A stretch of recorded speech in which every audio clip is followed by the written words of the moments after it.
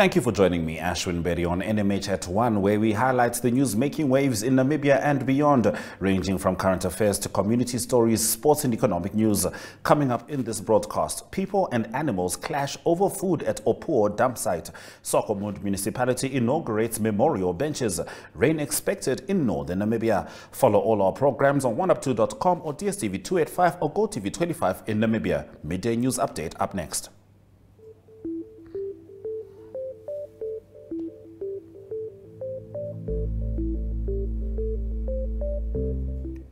While several areas in the country, including Windhoek, received some rain yesterday afternoon, temperatures will remain hot to extremely hot over most parts of the country today. According to the Namibia Meteorological Services, a few showers can be expected today over the north.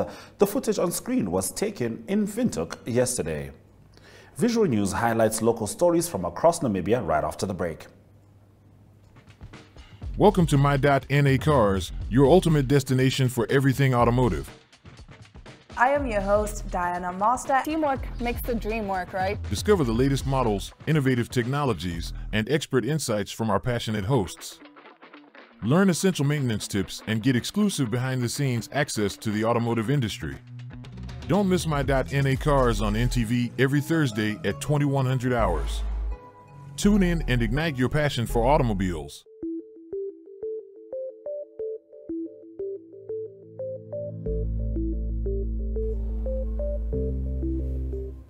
Swakopmund municipality yesterday inaugurated memorial benches. The benches allow members of the public to pay respect and honor their deceased loved ones.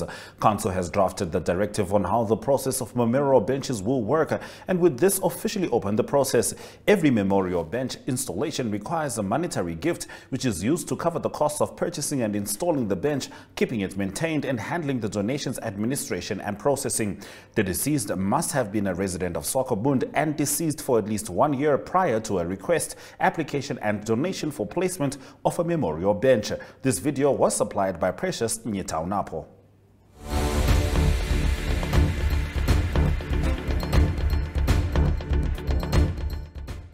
This bench itself is a symbol of the enduring love and respect we hold for those when we have lost. The council is dedicated to saving the community's needs and ensuring that Swakopmund recognizes and appreciates diversity in all forms. In addition, we are constantly looking for methods to keep our city clean and beautiful. Esteemed guests, having this in mind, last year Council drafted the directive on how the process of memorial benches will work out. Considering this, we are gathered here to officially open the process, which will allow residents to commemorate the life of a loved one or to express sympathy or condolences for the loss of a family member or a friend. Every memorial bench installation requires a monetary gift, which is used to cover the cost of purchasing and installing the bench, keeping in mind the maintenance of it, and handling the donations administration and process. Currently, a 3-seater royal bench costs $6,325. However, depending on our annual tariffs, costs should go up.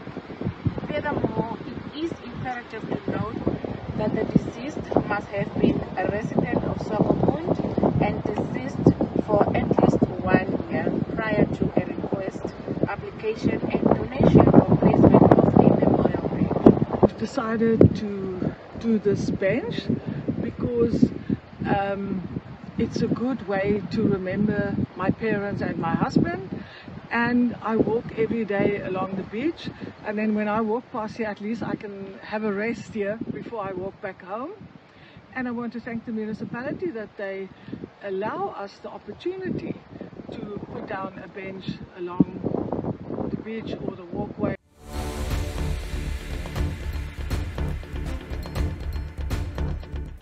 Commercial banks seeking to repossess homes of their loan defaulters will be forced to sell these properties at actual market value. We'll be talking about this as we head into the newspaper review with Namibian Sun after the break. Neo Paints has established a 67-year Namibian legacy, creating personalized paint solutions that blend quality and innovation for the Namibian people. We pride ourselves in being a 100% Namibian-owned company, investing in our country and our people by employing and empowering true Namibians. With every brushstroke, Neo Paints commits to our quality guarantee and always delivering a coat of excellence. At Neo Paints, we always stay true to our country. We are as Namibian as you.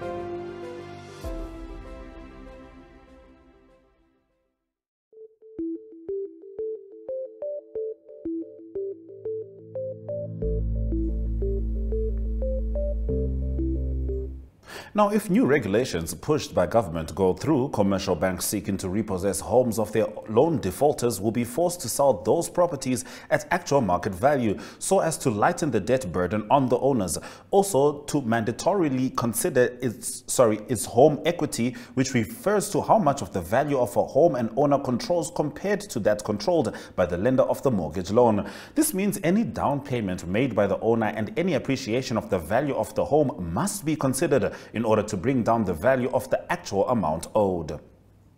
Intense scrambles for food between animals and humans are seemingly par for the course at the Oneuptwo dump site. Authorities have for years struggled to stop residents from frequenting the dump site to no avail, despite the severe health risks associated with consuming food from the site.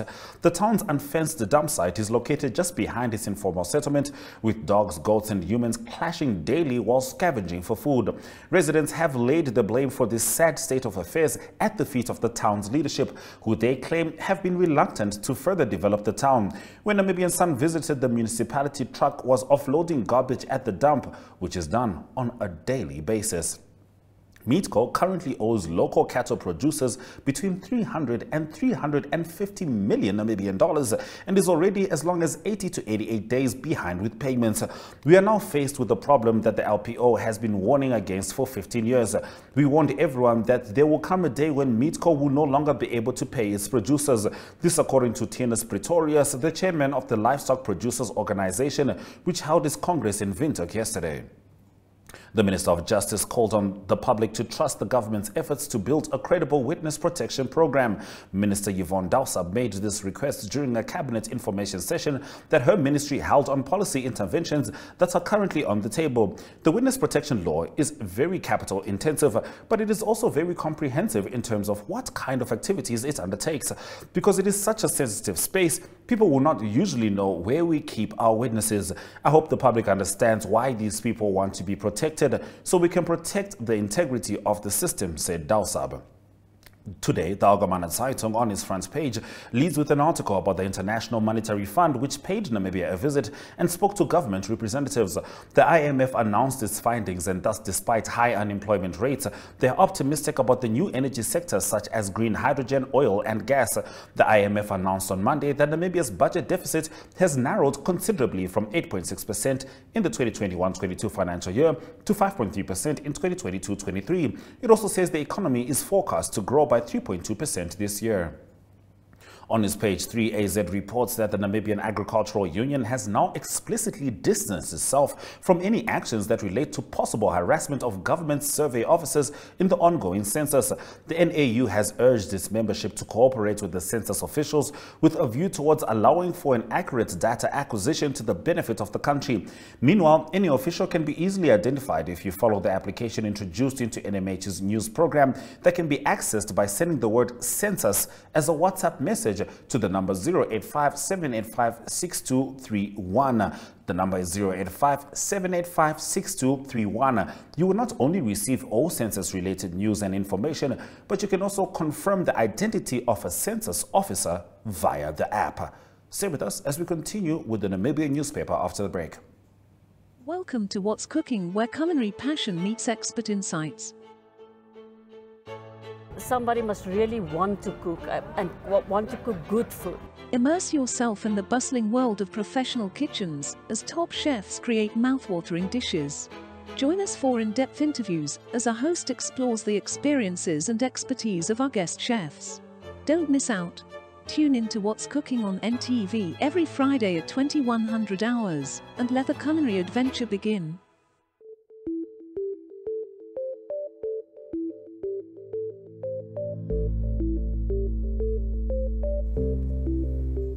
President Hage Geingob has backtracked on his comments on the apartheid government being worse than the German regime's genocide on the Nama and Overherero communities. In response to criticism of these comments, the presidency yesterday issued a statement to clarify the head of state's words. During a public lecture at the Paris Institute of Political Studies last month, at which reconciliation between Germany and Namibia was discussed, Geingob said the apartheid regime was worse than the genocide regime. Having been quoted as saying reconciliation of Germany and Namibia is there. We have diplomatic relations, we have peace. This genocide happened how many years ago? Over 100 years ago. After that, the South Africans took over. They were worse, and the then SWAPO started to fight to free the country. The absence of a decision from the Prosecutor General about the prosecution of National Petroleum Corporation of Namibia Board Chairperson Jennifer Commerly was charged with dealing in drugs struck from the Windhoek Magistrates Court roll yesterday. Magistrate Josan Klaassen struck the case off the court roll after she refused to give the court another postponement to get the Prosecutor General's decision ready. Commerly was arrested on 27 March after 935 grams of cannabis, 60 crack cocaine rocks, and 10 grams of cocaine were allegedly found in her car shortly before a NAMCO board meeting was due to take place at the company's head office.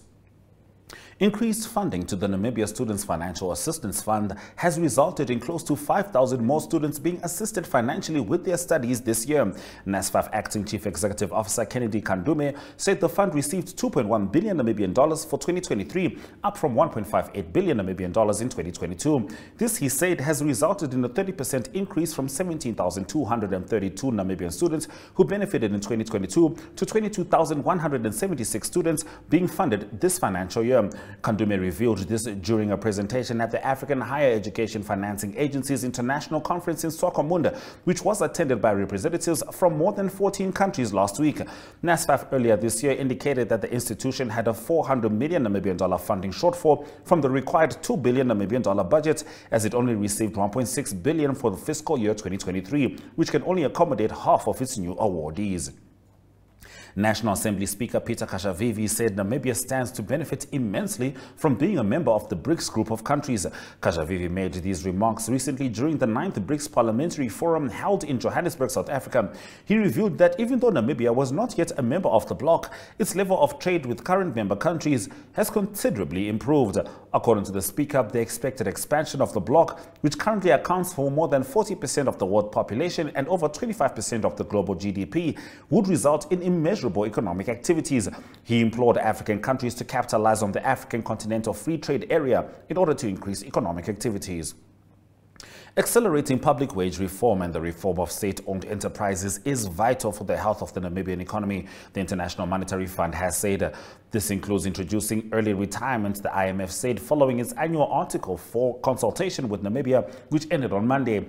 Implementing the authority's fiscal consolidation strategy is pivotal to preserve debt sustainability and protect against the volatility of SACU's Southern African Customs Union revenues, which represent a significant contribution to the budget, the IMF said in a statement. Solar power projects funded by South Africa's Standard Bank will add 1,500 megawatts to the national grid by the end of 2024. More on this as we head into economic news.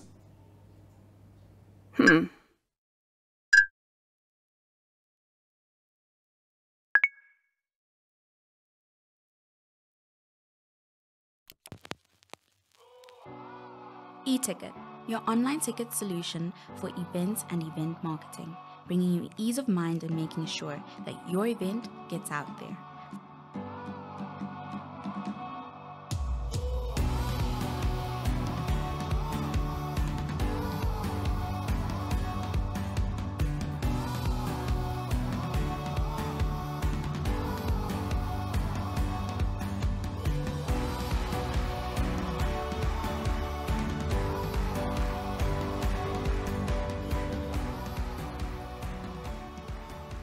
For more information, contact events@nmh.com.na.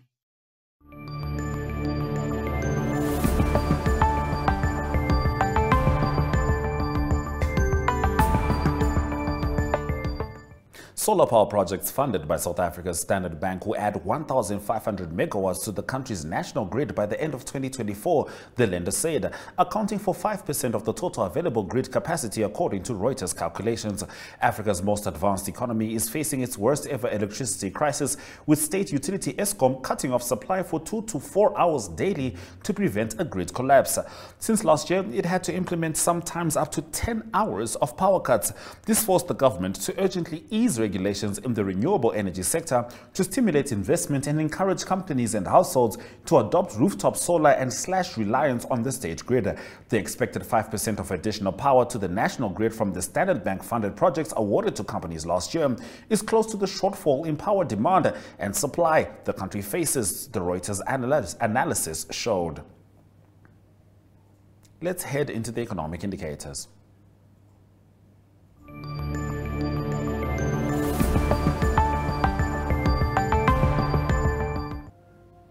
The Namibian dollar trades at 19.26 next to the US dollar, with 23.31 Namibian dollars getting you 1 British pound.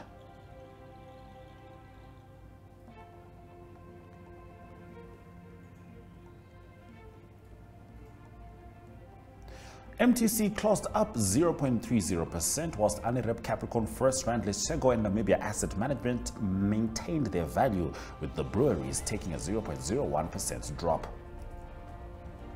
Overall index closed down 0.61%, whilst the local index closed up 0.03%.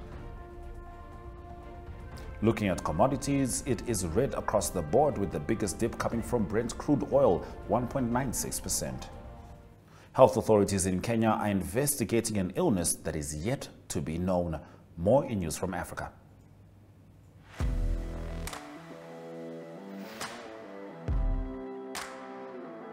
Hello and welcome to today's Sports Rep Show. I am your host, Jesse Jackson Kauraifa.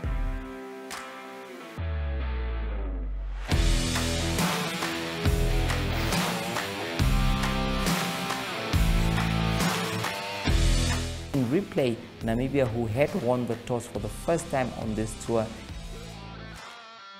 Good day everyone, time for international sports news, starting off with tennis news, both on the WTA for women's and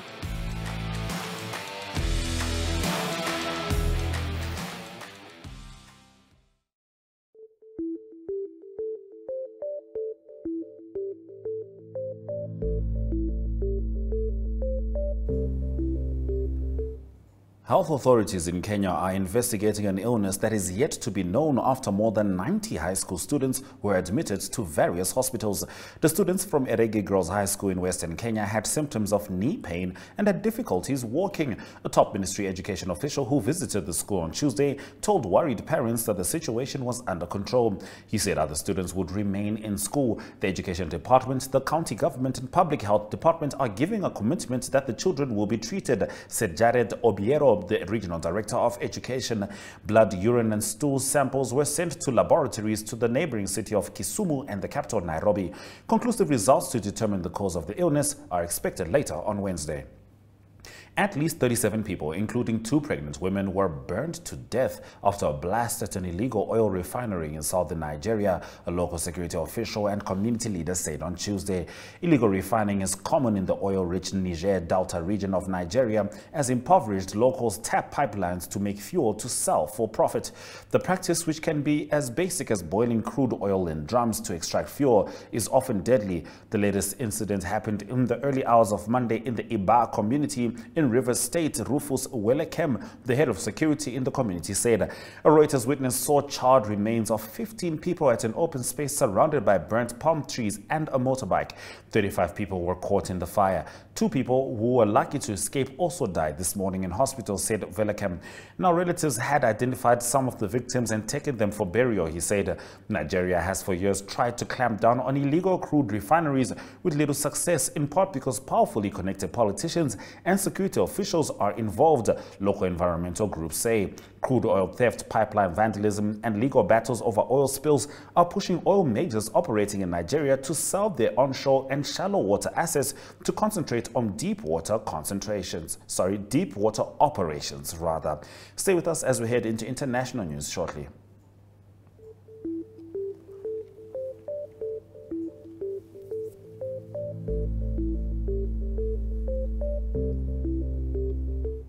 The UN Committee on Enforced Disappearances on Tuesday raised concerns over what it called an inadequate investigation of the alarming number of disappearances in Mexico, its consequential low convictions and almost absolute impunity. In Mexico, 111,896 people are currently registered as missing in the Interior Ministry's official database.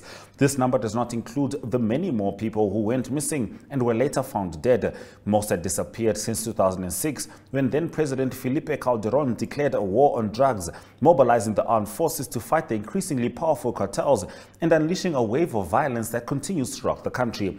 In late July, Mexican President Andrés Manuel López Obrador revised the government database, suggesting that the real number of disappeared is lower. The president's comments raised alarm. Experts and even some government officials have instead said the numbers are likely much higher, as families often do not report disappearances, either for fear of reprisals or because they doubt the ability of the authorities to do anything for them. The UN committee also urged the government to ensure transparency of the methodology used to update the database. Changes to the database should involve groups representing victims and be independently and impartially coordinated by the National Search Mission, the committee said, while also including measures to avoid re-victimization and protect data. Republican Kevin McCarthy rode the tiger of far-right U.S. politics led by Donald Trump to achieve his dream of becoming House Speaker early this year. Then on Tuesday, the tiger turned and ate him. The 55th Speaker of America's House of Representatives was booted out in a shock vote brought by rebels in his own party, who have seized in the 9 months since McCarthy narrowly quelled their attempts to block him and managed to claim the most powerful job in Congress. No other speaker, a position second in line from the presidency in the federal hierarchy, has been ousted in U.S. history. It was an undignified end, for now at least, to an unstable, unauthoritative tenure by a lawmaker who made his mark as a so-called conservative young gun, only to get battered by his party's shifting political currents. Stay with us as we head into local sport, starting with the Brave Gladiators. Neopaints has established a 67-year Namibian legacy, creating personalized paint solutions that blend quality and innovation for the Namibian people. We pride ourselves in being a 100% Namibian-owned company, investing in our country and our people by employing and empowering true Namibians. With every brushstroke, Neopaints commits to our quality guarantee and always delivering a coat of excellence. At Neopaints, we always stay true to our country. We are as Namibian as you.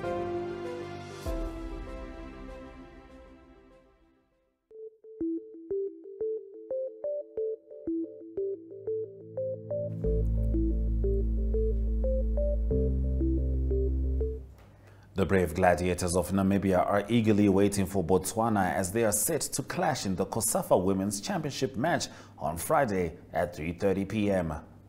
Wishing them all the best. The COSAFA Women's Championship 2023 does start today at Lucas Masterpieces Moripe Stadium in Tshwane, with Madagascar and Eswatini kicking off competition. There will be 3 Namibians in action during the match. They are Evelyn Lungameni Augustinus, assistant referee number 2, Francisca Kashaimo, referee assessor, and Helvi Nukongo Ileakim as assistant general coordinator.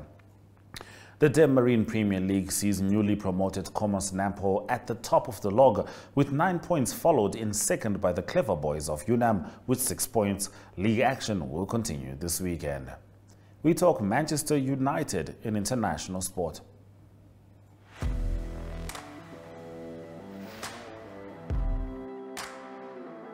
Hello and welcome to today's Sports Rep Show. I am your host, Jesse Jackson Kauraifa.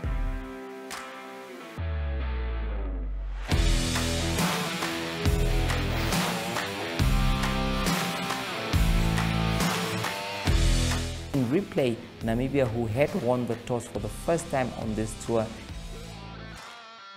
Good day everyone, time for international sports news, starting off with tennis news, both on the WTA for women's and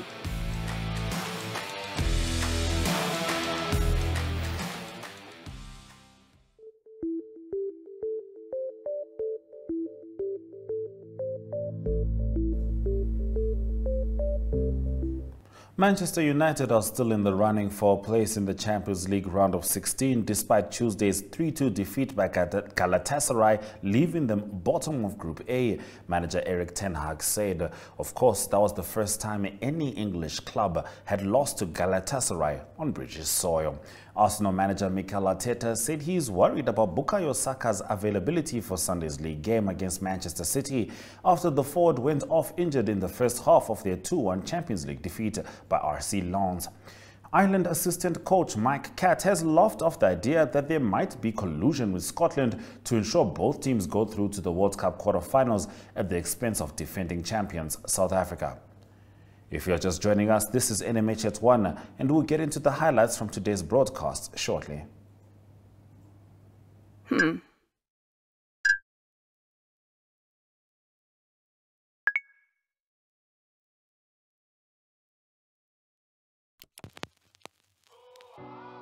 eTicket, your online ticket solution for events and event marketing, bringing you ease of mind and making sure that your event gets out there.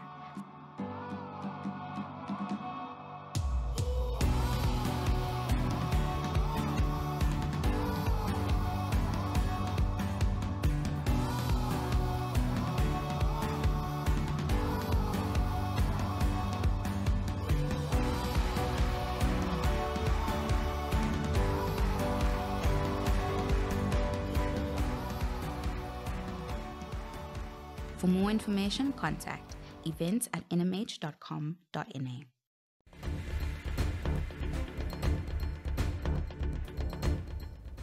Thank you for staying with NMH at 1. Let's get into the highlights from this afternoon's broadcast. Health authorities in Kenya are investigating an illness that is yet to be known after more than 90 high school students were admitted to various hospitals. The UN Committee on Enforced Disappearances on Tuesday raised concerns over what it called an inadequate investigation of the alarming number of disappearances in Mexico, its consequential low convictions, and almost absolute impunity. And the brave gladiators of Namibia are eagerly waiting for Botswana as they are set to clash in the COSAFA Women's Championship match on Friday at 3:30 p.m. Those have been your highlights. Remember to tune in every weekday at 1 p.m. to spend your lunch hour with NMH at 1, catching up on the latest news in Namibia, Africa, and the world.